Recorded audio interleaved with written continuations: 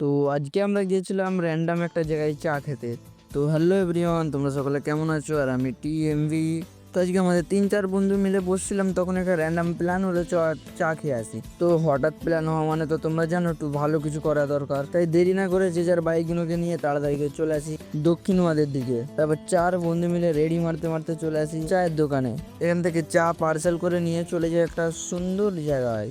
তো আমরা কেন ওখানে চা খাই না, এখানে দৃশ্যটা তো তোমরা দেখতেই পাচ্ছ, এত সুন্দর ভিউর সাথে একটু ভিউটাকে এনজয় করতে করতে চাটা খেয়ে নিই।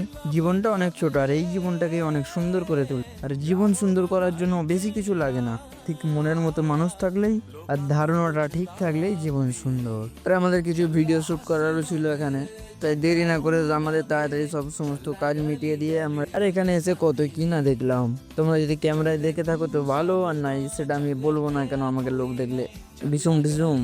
আরে হ্যাঁ, এখানে চাটা কিন্তু খুব সুইট একটা চা ছিল। আর এরকম হঠাৎই বন্ধুদের সাথে চা খেতে আসার মজাটাই আলাদা। তো চলো আজকের মতো বাই বাই, আবার নেক্সট দেখা হবে অন্য কোনো মিনি ভ্লগে।